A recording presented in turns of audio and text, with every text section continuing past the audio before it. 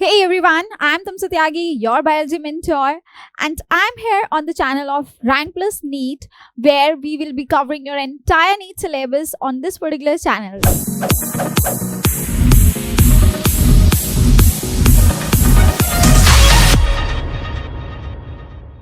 अगर आप चैनल पे नए हैं और अगर आप पहली बार मुझसे मिल रहे हैं तो वेलकम टू माय क्लास। और सबसे पहले आप एक काम कर दीजिए कि हमारे इस चैनल को सब्सक्राइब कर दो ताकि आपको फर्दर यहाँ पे अपने नीड से रिलेटेड सारी वीडियोस जो है वो मिलती रहे। So my plan is to start with the human physiology because physiology एक ऐसा पर्टिकुलर टॉपिक है जहाँ से आपके बहुत सारे क्वेश्चंस बनते हैं एंड ये ऐसा टॉपिक भी है जिससे बहुत बच्चे डरते भी हैं।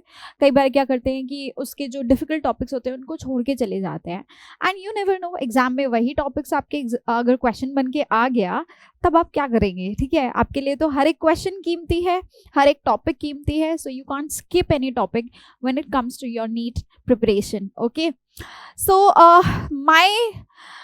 the whole idea behind starting with the human physiology I have told you, and I hope you are also very well in sync with me कि हाँ मैम आपने बहुत सही डिसीजन लिया है फिजियोलॉजी स्टार्ट करके, क्योंकि फिजियोलॉजी में सबको ही डर लगता है। डाइजेशन वाला चैप्टर जो है बच्चे वो आपका डिलीट हो चुका है ना, आप जानते ही होंगे। अगर नया नीट का सिलेबस आप लोगों ने अभी तक नहीं देखा है तो प्लीज़ फटाफट से जाके देख लीजिए, या फिर उसके बावजूद अगर आपको नीट का सिलेबस का PDF नहीं मिल रहा तो I will please comment down in the comment section, मुझे ज़रूर बताना। अगर मुझे ऐसा लगेगा कि यार बहुत सारे बच्चों को ज़रूरत है तो मैं वहाँ डिस्क्रिप्शन में लिंक में प्रोवाइड करा दूंगी। Alright, so we will be starting with the breathing and exchange of gases. This is your chapter number 17 in your class 11th NCERT book. पहले तो मुझे ये बता दो यार कि ये वाला चैप्टर किसको डिफिकल्ट लगता है किसी को डिफिकल्ट? हाँ, तो हो सकता है कि कुछ ऐसे पर्टिकुलर टॉपिक्स हैं जो आपको डिफिकल्ट लग सकते हैं, but overall this is I would say it's a medium chapter. Some topics are easy, some topics are hard.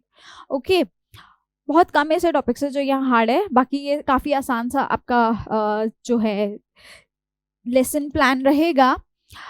Students, एक और चीज़ यहाँ पे, अगर आप लोगों ने कभी मुझसे मुलाकात नहीं की है तो पहले मैं अपना परिचय आप सभी को दे दूं। My name is Tamsa Tyagi, I am your biology mentor in obviously NEET category, but at the same time I'll be also helping you in your CUET as well as your board exam preparation। ठीक है, मैं हर competition में आपको help करूंगी, साथ साथ आपकी board exam में भी आपकी तैयारी में मदद करूंगी। सो यहाँ इस चैनल पे मैं आपको मिलूंगी for NEET preparation. Alright, and मेरा बच्चे 5 से ऊपर का एक्सपीरियंस हो चुका है। ठीक है, पढ़ाते पढ़ाते I have taught thousands of students now on various online platforms.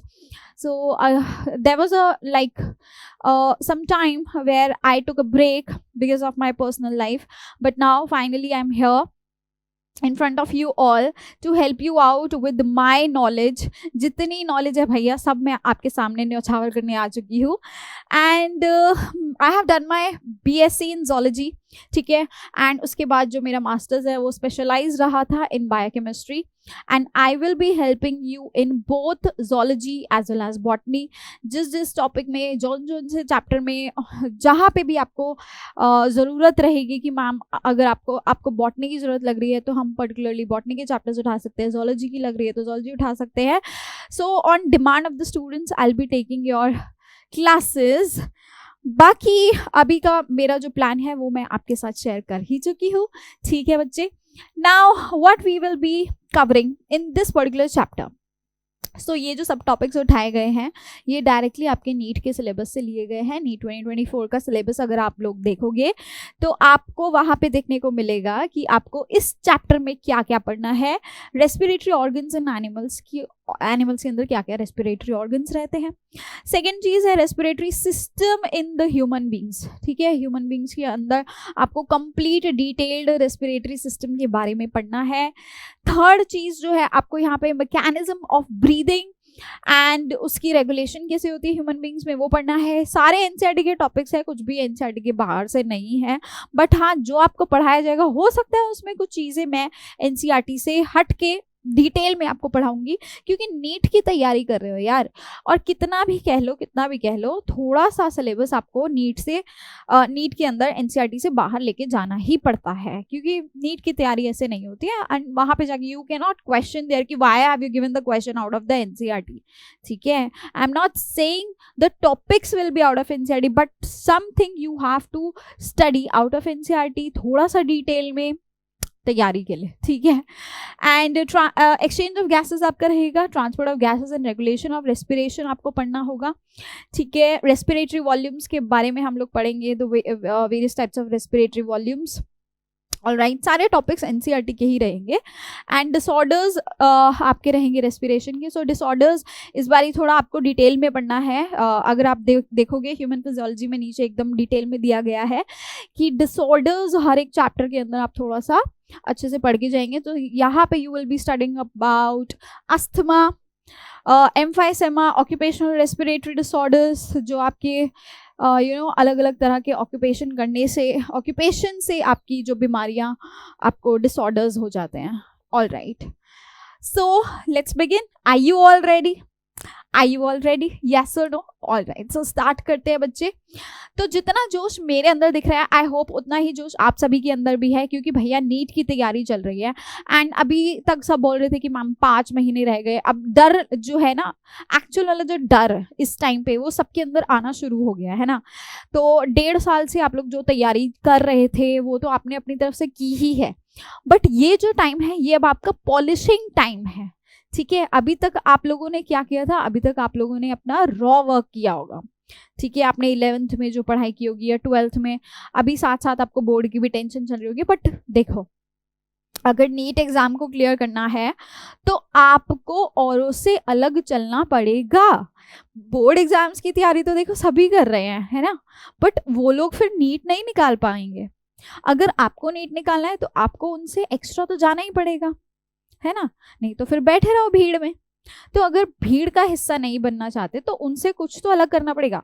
For example, if everybody is running, ठीक है भाई, रेस हो रही है, आपकी रेस है, आपको भागना है, यू ऑल आर रनिंग, ठीक है, तो भाग तो सभी रहे हैं, है ना, कोई खड़ा तो नहीं है, भागते तो सब है, पर जीतता कौन है? एक। क्यों जीता? उसने कुछ तो अलग किया ना, भीड़ से हटके कुछ अलग किया, तभी तो वो जीता है। तो सिर्फ भागने का नहीं, सिर्फ दौड़ने का नहीं, इस दौड़ में आपको अपनी एनर्जी डालनी है, ठीक है। इसमें आपको अपना दिमाग भी इस्तेमाल करना है, स्ट्रैटेजीज लगानी है। जब वो भाग रहे होते हैं ना, वो स्ट्रैटेजी लगाते हैं कि मेरे पीछे ये, आगे वो, तो वो उस हिसाब से भाग, समझ गए ना मतलब, ठीक है। चलो आ जाओ, और ज्ञान नहीं देते, अब आ जाते हैं एक्चुअल ज्ञान की तरफ, जो है आपका बायोलॉजी का ज्ञान। सो आज का टॉपिक छोटा सा रहेगा, क्योंकि आप सभी के साथ मेरी पहली क्लास है, तो मैं इसको बहुत ज़्यादा बोरिंग नहीं करना चाहती कि आज सब कुछ पढ़ा दूं और आपको ना बिल्कुल आपका खिचड़ी बना के चले जाओ आपके दिमाग में, तो वो I don't want that. So respiratory organs in animals बहुत एक छोटा सा टॉपिक है, जो आप बचपन से पढ़ते आ रहे हो कि इस ऑर्गेनिज्म में ये रेस्पिरेशन के ऑर्गन्स रहते हैं, और ये पढ़ा है ना सभी ने। भाई जो फ्रॉग है वो कैसे रेस्पायर करता है, पता है ना सबको, स्किन से करता है मैम, लंग से करता है मैम, पता है ना। तो बस थोड़ी थोड़ी चीजें इनको डिटेल में पढ़ लेते हैं, इतना ही पढ़ना है आज।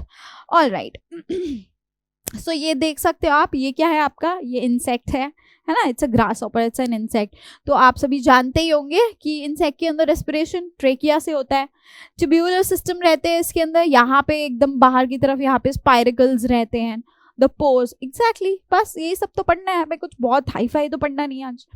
All right, so when we are starting the chapter, let me give you some introduction about breathing and exchange of gases. All right, so breathing और respiration के बारे में अगर हम पढ़ रहे हैं तो थोड़ा सा जान लेते हैं यार, breathing और respiration होता क्या है, दोनों में क्या difference है। I am damn sure that half of the students still are not clear about the difference between breathing and respiration. So you have to be very much clear about that. Okay, basics को clear करना बहुत ज़रूरी है, तभी यार NEET की तैयारी कर पाओगे। जब basics ही नहीं क्लियर होंगे तो नीट की तैयारी तो थोड़ा भूल जाओ, है ना, है कि नहीं। चलो, inspiration and expiration in the of the air, that is simply your breathing, ठीक है। अब ये क्या मतलब है, देखो भैया, ये आपके इस तरह से मैं बना रही हूं थोड़ा सा rough diagram of your respiratory system, ठीक है, ये आपका बेटा ट्यूब्यूलर सिस्टम रहता है, ये आपकी ऑक्सीजन को कैरी करता है, कार्बन डाइऑक्साइड को कैरी करता है, ये आपके 2 लंग्स हैं, ठीक है। ये आपका ट्यूब्यूलर सिस्टम है। You all are understanding what I am drawing here, this is your trachea and these are your bronchioles, right. ये सब तो बचपन में पढ़ा है ना, ये कुछ बहुत हाईफाई नहीं पढ़ा रही मैं यहाँ पे। तो inspiration and expiration of air, simply क्या हो रहा है, आपकी ऑक्सीजन आप नाक से सांस लेते हो, इनहेल करते हो, आपके कहाँ जाती है ये एयर यहाँ से होते हुए it goes into your lungs, simple. ये हम सीधा एयर ही लिख देते हैं, हम यहाँ ऑक्सीजन कार्बन डाइऑक्साइड डाल के कंफ्यूजन कर ही नहीं रहे। सिंपली क्या हो रहा है, एयर अंदर जा रही है, बस यही क्या हो गया आपका, this is your inspiration. Inspiration simple सी चीज आप हमेशा ऐसे याद रखोगे, यहाँ इन है, ठीक है ना, इन से इनसाइड, राइट। एक्सपायरेशन में क्या होता है, एक्सपायरेशन में जब आप एक्सहेल करते हो, यानी इनहेल किया फिर एक्सहेल, अब बाहर निकाल दी सांस, तो यहाँ पे बाहर क्या निकल रहा होता है बेटा, CO2। सो सिंपली यहाँ क्या हुआ, आपकी एयर जो है अंदर बाहर जा रही है, बस दैट्स इट। इसको हमने क्या कहा, ब्रीदिंग। ब्रीदिंग ऐसे लेते हैं, ऐसे ही करते हैं ना breathing, this is breathing, simple है, ठीक है। अब ब्रीदिंग में कोई कंफ्यूजन किसी को, यस और नो, नहीं ना, ठीक है ना। अब देखो यहाँ पे नेक्स्ट चीज जो आती है वो आता है रेस्पिरेशन। अब रेस्पिरेशन और ब्रीदिंग में क्या डिफरेंस आता है, ये जरा समझ लेते हैं, कि बच्चों को टेंशन हो जाती है ना, रेस्पिरेशन का नाम सुनते कि भैया रेस्पिरेशन क्या चीज है। सो हाँ, हम आते हैं रेस्पिरेशन की तरफ। रेस्पिरेशन क्या होता है बेटा, रेस्पिरेशन की डेफिनेशन देख लो एक बार जरा, क्या है, it is a metabolic process. क्या है ये, एक मेटाबॉलिक प्रोसेस। आप लोग जानते हैं मेटाबॉलिक प्रोसेस क्या होते हैं, क्या होते हैं। देखो हमारी बॉडी के अंदर बहुत सारे केमिकल लोचा चल रहे हैं, है ना, क्या चल रहे हैं, केमिकल रिएक्शंस हो रही होती है इधर से उधर, एकदम जैसे आप दिल्ली आए हो कभी, मैं तो खैर दिल्ली में ही रहती हूँ, कभी आप दिल्ली का ट्रैफिक देखना, ठीक है, गाड़ियाँ इधर से उधर भाग रही हैं, सबको अपनी अपनी डेस्टिनेशन पे पहुंचना है। कोई अपने घर से निकला है दफ्तर तक, कोई दफ्तर से जा रहा है घर, निकला है कहीं कोई इधर से उधर जाने के लिए, और सबने अपनाए हुए हैं उसके लिए सड़कें, रास्ते, राइट।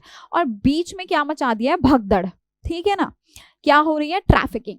सो ये सेम ट्रैफिकिंग हमारी बॉडी के अंदर चलती रहती है।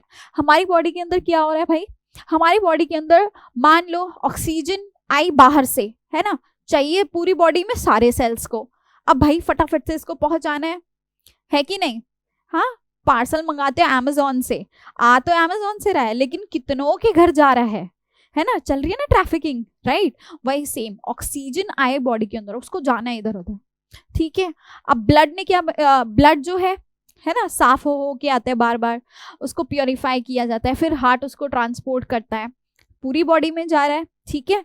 इसी तरह आपका फूड जो है, खाना अंदर जाता है, वो डाइजेशन से ब्रेक डाउन होता है, ब्रेक डाउन होने के बाद में स्मॉल पार्टिकल्स जब वो बन जाते हैं, यानी कि आपके बायोमोलिक्यूल्स बन जाते हैं, वहां पे बनते हैं ना, आपके फैट्स बन गए, कार्ब्स बन गए, कुछ भी बन रहा है, अब उसको भी पहुंचाना है, ठीक है, अलग अलग सेल्स के पास। तो ये सारी जो रिएक्शंस, इतनी सारी मल्टीपल रिएक्शंस, मैंने तो यहाँ पे चुनिंदा 1-2 के ही नाम लिए हैं बेटा, आपकी यहाँ पे हजारों लाखों रिएक्शन चल रही होती है बॉडी के अंदर, ठीक है। जितने बड़े बड़े लेवल की पढ़ाई करते जाओगे उतनी आपको रिएक्शंस के बारे में पता चलेगा। तो वो द क्यूमुलेटिव का मतलब क्या होता है, कि इन सभी का सम, right, the sum of all the reactions, sum of all the chemical reactions inside the body, right, यही है आपकी metabolic reactions, ठीक है। कहाँ पे हो रही है ये, in biological systems, right, biological systems यानी कि कोई भी living system, कोई भी living body, yes or no, ठीक है। तो ये आपका रहता है मेटाबॉलिक प्रोसेस। अगर लिखना चाहते हो तो लिख लो, बाकी आप लोग बड़े समझदार हो, नीट की तैयारी कर रहे हो, तो मुझे नहीं लगता कि आप लोगों को भी मेटाबॉलिक रिएक्शंस की डेफिनेशन लिखने की जरूरत है, ठीक है। सो या नाउ ये एक ऐसा प्रोसेस है, मेटाबॉलिक प्रोसेस, आप लोग समझ गए, in which the living cells of an organism obtains energy in the form of ATP. तो यहाँ पे क्या हो रहा है, यहाँ पे बेटा एनर्जी प्रोड्यूस होती है। इस प्रोसेस के अंदर क्या हो रहा है, ये सिंपल ब्रीदिंग नहीं हो रही, यहाँ पे ब्रीदिंग हो रही है, ठीक है, यानी कि exchange of gases is there, plus इसके साथ में क्या होता है, exchange of gases is there, right?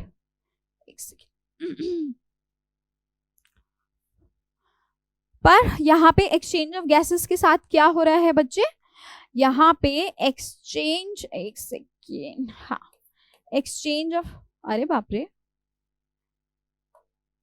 Okay, exchange of gases के साथ यहाँ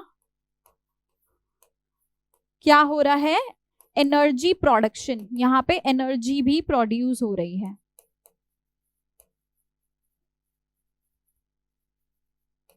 ठीक है, एनर्जी प्रोडक्शन साथ में चल रहा है, all right, and in the form of ATP, यहाँ जो ये एनर्जी प्रोड्यूस हो रही है किस फॉर्म में हो रही है, इन the form of ATP, ATP की फॉर्म में हो रही है, by taking in oxygen and releasing the carbon dioxide. So what is happening in this process? The exchange of gases, यानी ऑक्सीजन अंदर जा रहा है और बाहर कार्बन डाइऑक्साइड निकल रहा है, ये मैं आपको पहले ही बता चुकी हूँ।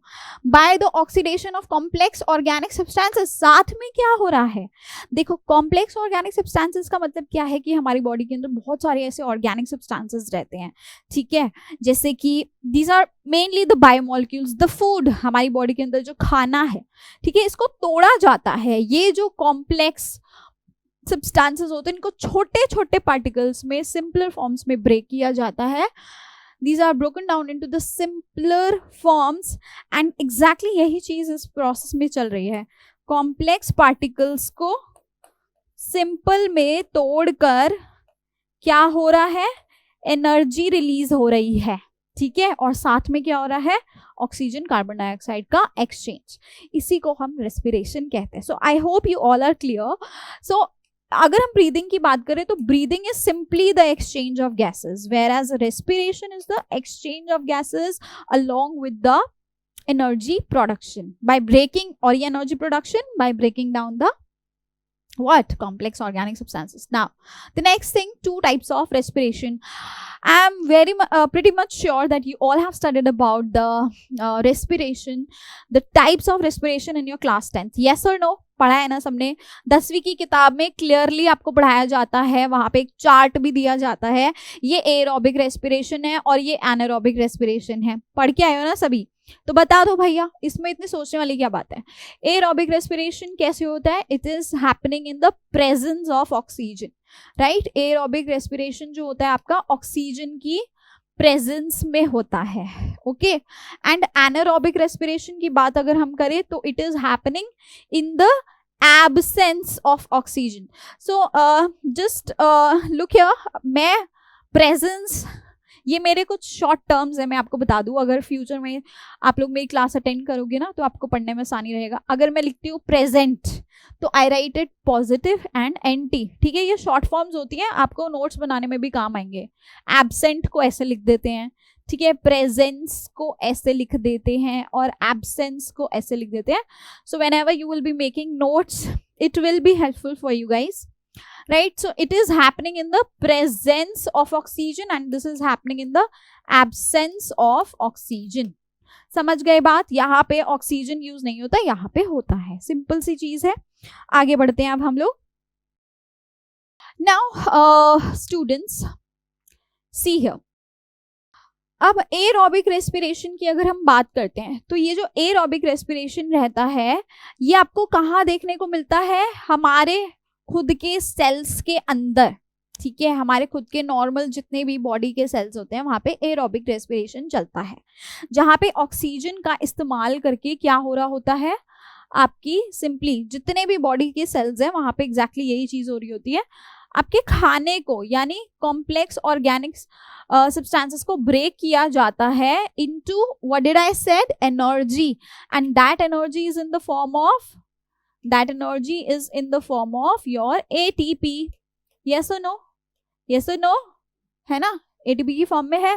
और साथ में अगर आप लोगों ने केमिस्ट्री में पढ़ा होगा कि ये वाली जो रिएक्शन रहती है ग्लूकोज वाली, है ना, यही रहती है ना रिएक्शन आपकी हाँ, ये देखो अब उल्टा हो गया है ना। तो ये जो रिएक्शन रहती है, this is exactly your opposite of the production of your food. Photosynthesis का उल्टी रिएक्शन होती है।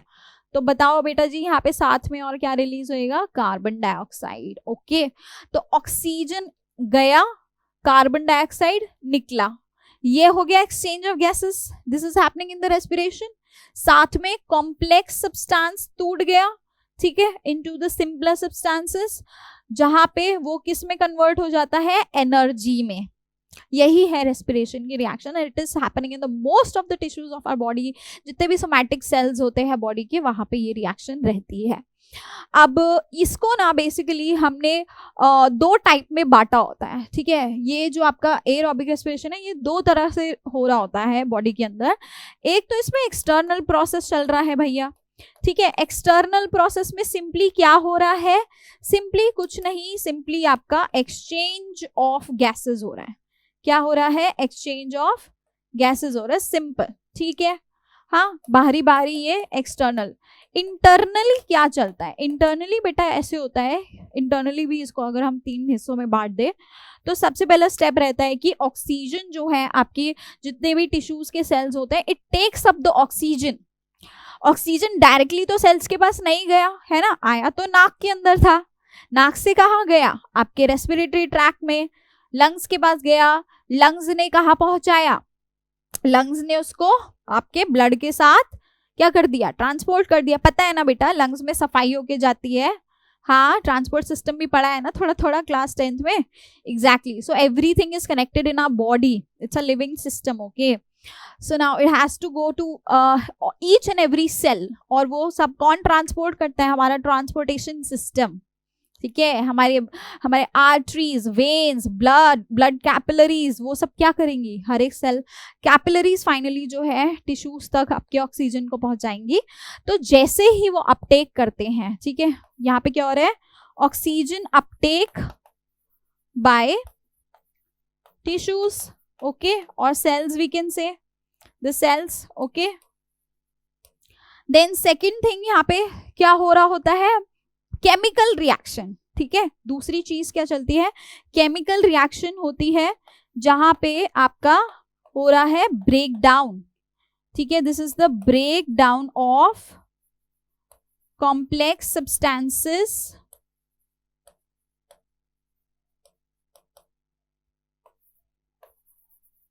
Into the simpler once.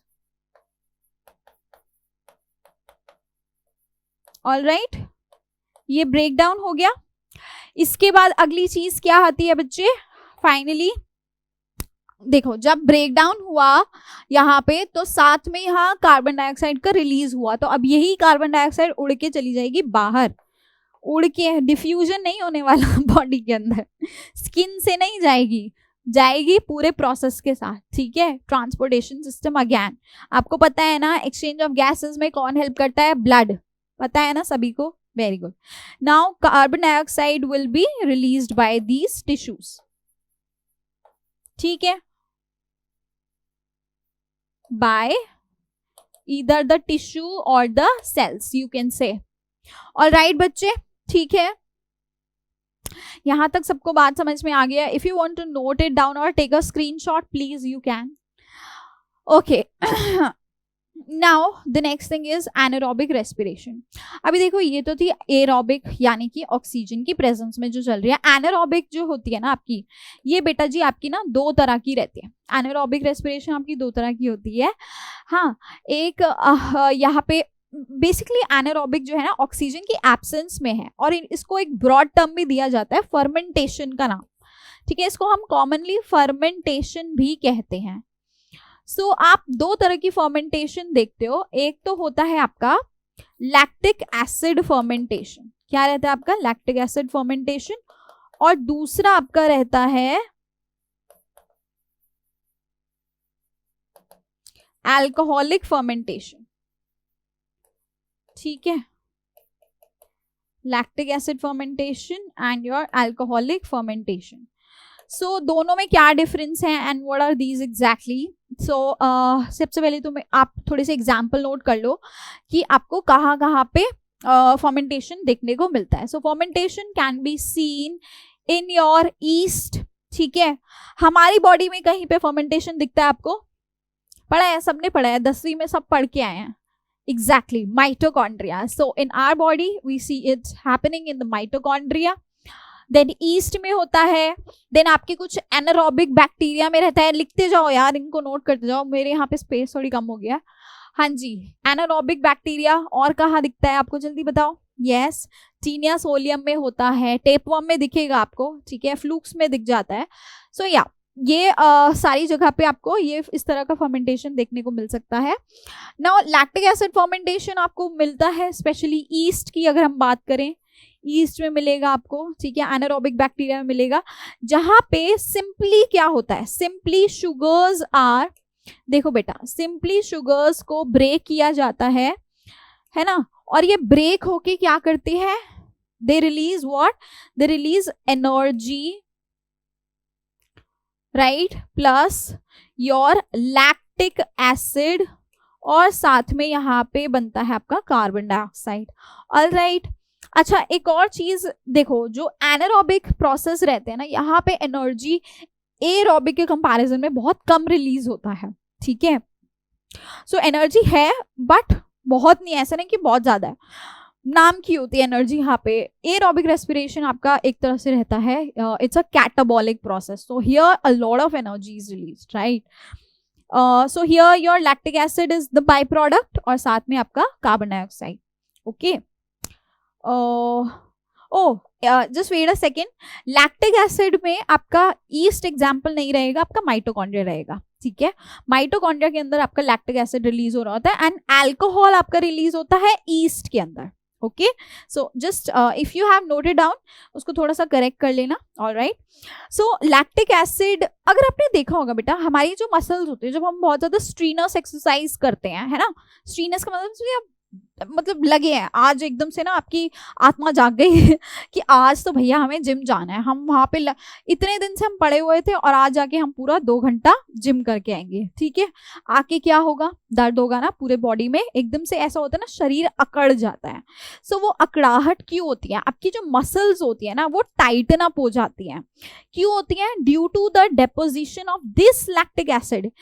आपकी देखो, आपकी बॉडी में क्या हुआ, ऑक्सीजन की कमी हो गई. आपने एकदम से जितनी आपकी डिमांड थी उससे ज्यादा डिमांड ऑक्सीजन की आपने बढ़ा दी बॉडी के अंदर. उतनी आपकी बॉडी आपके माइटोकॉन्ड्रियाज को, आपके जो मसल सेल्स हैं, उन तक नहीं पहुंचा पाई, है ना. तो वहां पे क्या होता है, वहां पे अब जो है ऑक्सीजन बनाने का काम मसल सेल्स के माइटोकॉन्ड्रिया करना शुरू कर देते हैं. अब भैया देखो, वो तो ठहरे माइटोकॉन्ड्रिया, उनको तो नहीं पता, है ना, उनको तो नहीं पता कि कैसे करना है. So what they start doing, they are having a anaerobic mode of respiration. So ये एनारोबिक मोड से क्या होएगा, उनके अंदर आपका भैया लैक्टिक एसिड प्रोड्यूस होना स्टार्ट हो जाता है and this lactic acid starts accumulating, यानी कि वो इकट्ठा होने लगता है सेल्स के अंदर. और धीरे धीरे ये लैक्टिक एसिड जो है आपकी बॉडी के अंदर, जो पेन होता है ना, जो आपको अकड़ाहट फील होती है, वो इसी की वजह से होती है. ठीक है बेटा, फिर आपको लगाने पड़ते हैं ऐसे, है ना, मम्मी बोलती है बेटा सिकाई कर लो, गर्म पानी में डाल लो हाथों पैरों को, है ना, सॉल्ट डाल लो. तो या वो घर के नुस्खे काम आते हैं for sure. And alcoholic fermentation आपको कहाँ दिखता है, ईस्ट के अंदर. ईस्ट के अंदर सिंपली क्या हो रहा है, आपका carbon dioxide is broken down. And हाँ बच्चे, यहाँ पे आपका कार्बन डाइऑक्साइड नहीं बनता, कार्बन डाइऑक्साइड आपका इथेनॉल के साथ बनता है. ठीक है, यहाँ से मैं हटा रही हूँ. हाँ, यहाँ पे आपका सिर्फ बाय प्रोडक्ट लैक्टिक एसिड रहता है. एंड यहाँ पे कार्बन डाइऑक्साइड के को ब्रेक करने के बाद आपका क्या बनेगा, एक तो इथेनॉल बाय प्रोडक्ट बनता है, यानी कि आपका अल्कोहल कह सकते हैं. एंड साथ में यहाँ पे आपका CO2 रिलीज होता है. Okay, alright. शुगर्स का ब्रेक डाउन कर रहे हैं हम. Ma'am is getting a bit confused here. Space की कमी होने की वजह से ना दिमाग भी खचड़ू पचड़ू हो गया. ठीक है बेटा, शुगर्स को हमने कर दिया ब्रेकडाउन. दोनों ही रिएक्शन में शुगर्स का ब्रेकडाउन हो रहा है. इथेनॉल और कार्बन डाइऑक्साइड का प्रोडक्शन यहाँ रहेगा. East is the example here. And again यहाँ पे भी एनर्जी होती है बट लेकिन बहुत कम मात्रा में रिलीज होती है. So this is all about your anaerobic respiration. All right. अच्छा, आप लोगों को पता ही होगा कि हमारे जो रेड ब्लड सेल्स होते हैं, है ना बेटा, रेड ब्लड सेल्स के अंदर ना तो न्यूक्लियस होता, ना माइटोकॉन्ड्रिया होता, कुछ भी नहीं होता, है ना. तो वहां पे हाँ होता है. तो रेड ब्लड सेल्स के अंदर हमारी जो एनर्जी की प्रोडक्शन चल रही होती है वो कौन करता है? हाँ जल्दी बता दो भैया. Nobody is giving the answer here. Exactly. So the nucleus is absent there, enucleated रहते हैं. Exactly right. आरबीसीज आपके, एक second. Now we are moving on to the next slide. Okay. अब थोड़ा सा हम आ जाते हैं आपके रेस्पिरेटरी ऑर्गन्स की तरफ. रेस्पिरेशन क्लियर हो गया सभी को टॉपिक? हाँ, respiration topic is clear with everyone, yes और नो? ओके, चलो अब हम आते हैं रेस्पिरेटरी ऑर्गन्स की तरफ. सो बिफोर ये देखो, मैंने आप लोगों की ना टेबल बना के रखा है, इसको हम बाद में आगे एक साथ फिल करेंगे, ठीक है. पहले थोड़ा सा पढ़ लेते हैं इसके बारे में, फिर एक साथ आके फिल करेंगे इसको. ओके हाँ, ये दोनों अपन सारे मिलके यहाँ पे एक तरह से अपना एक होमवर्क करके जाएंगे क्लास के अंदर, ठीक है. ये आप लोगों ने एनिमल किंगडम सभी ने पढ़ा है. यहाँ पे आप देख सकते हो, this is the diagram of your sponges, ठीक है. सभी को दिख रहा है ना, ये यहाँ पे स्पॉन्जेस हैं आपके. This is your sponges. Sponges के अंदर आपने देखा होगा, अरे यार किंगडम पॉरीफेरा याद आ रहा है? हाँ जी. सो पॉरीफेरा में आप लोगों ने देखा होगा कि वहां पे रेस्पिरेशन कैसे होती है, that is simply through the body surface. आपके छोटे छोटे यहाँ पे ऑस्टिया रहते हैं और एक बड़ा सा ऑस्क्यूलम रहता है ना. ऊपर की तरफ एक बड़ा सा छेद होता है which is osculum. So osculum से आपकी जाएगी एयर अंदर एंड छोटे छोटे ऑस्टिया से बाहर आ जाएगी. यस और नो? ठीक है. So this process is happening through the body surface. The next one is आपका यहाँ पे अर्थवर्म दिखाया है. अर्थवर्म में आप बचपन से ही पढ़ते आ रहे हो शायद. यहाँ पे मॉइस्ट क्यूटिकल रहती है और इसी मॉइस्ट क्यूटिकल से आपका क्या हो रहा होता है? Exchange of gases. सिंपल, आप देख सकते हो ऑक्सीजन जा रही है, कार्बन. सो ये मॉइस्ट क्यूटिकल का मतलब the outer most layer of the skin. Okay, moist रहती है, हल्की सी गीली. आपने देखा होगा अर्थवर्म ऐसे रहते हैं ना, थोड़े गीले गीले टाइप्स. हाँ, बड़े गंदे लगते हैं. ठीक है. अगला आता है आपका इंसेक्ट्स. एग्जाम्पल योर आप लोगों ने कॉकरोचेस में देखा है, ग्रासहोपर में देखा है. यहाँ पे प्रॉपर एक ट्यूब्यूलर सिस्टम रहता है जिसको हम trachea, these are small small trachea here, है ना. ये ट्यूब्स आपकी ट्रेकिया रहती है. यहाँ पे ये इस तरह के एयर सैक्स बने होते हैं बच्चे, ठीक है. और ये इनके जो आउटलेट्स रहते हैं ना, छोटे छोटे पोर्स होते हैं जिसको हम स्पाइरकल्स बोलते हैं, राइट. सो ये पूरा कंप्लीट आपका ट्रेकियल सिस्टम फॉर्म करता है एंड ये ट्रेकियल सिस्टम्स आपके इंसेक्ट्स में आपको देखने को मिल जाते हैं.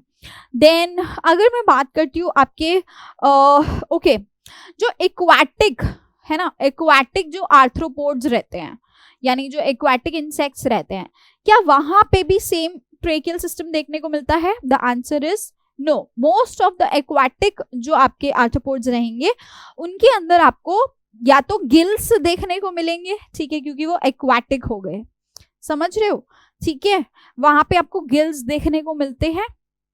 टेरेस्ट्रियल में you will find the tracheal system. And similarly ये आपका मॉलस्का दिखाया हुआ है. सो मॉलस्का भी आपको कुछ एक्वाटिक रहते हैं और कुछ टेरेस्ट्रियल रहते हैं, राइट. सो ये जो एक्वाटिक वाले मॉलस्क रहेंगे बच्चे, यहाँ पे आपको जो गिल्स मिलेंगे, है ना, आप देख सकते हो यहाँ पे डायग्राम में, these are the gills. So these are present in the aquatic. So aquatic जो भी रहेगा, चाहे वो आर्थ्रोपोडा हो, फिशेस हो, आपकी फिशेस तो completely गिल्स रहती है, yes or no? फिशेस में तो आपका completely गिल्स रहता है ना. ये देख लो आप डायग्राम में, ये आ गया आपका, यहाँ पे गिल्स है ये, ठीक है. these are all gills here. दिख रहा है सबको क्लियरली डायग्राम, राइट. एंड ये आपका अगेन कोई बता सकता है ये स्नेल है, falls into which kingdom? Kingdom Mollusca.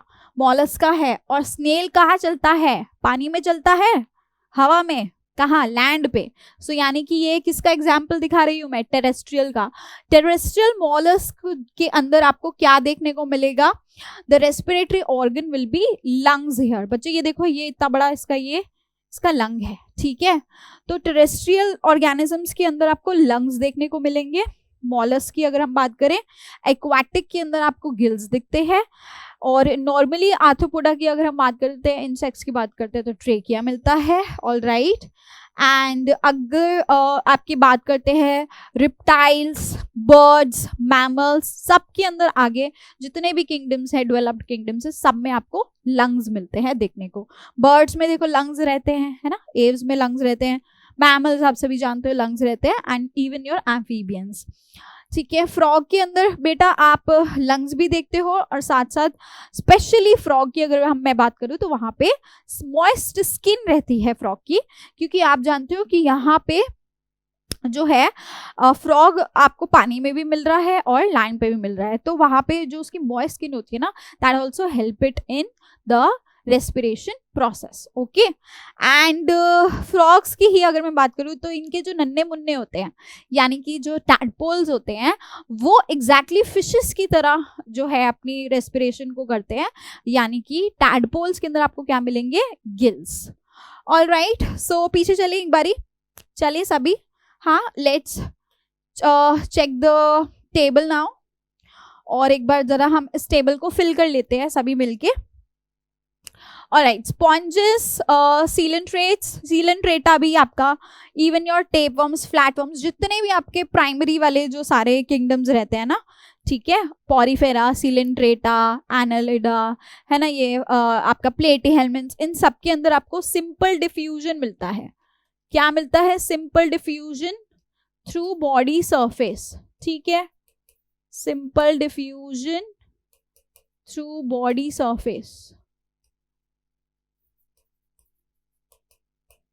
The next thing is earthworms. Earthworms के अंदर आपकी क्या रहती है, मॉइस्ट स्किन रहती है, ठीक है।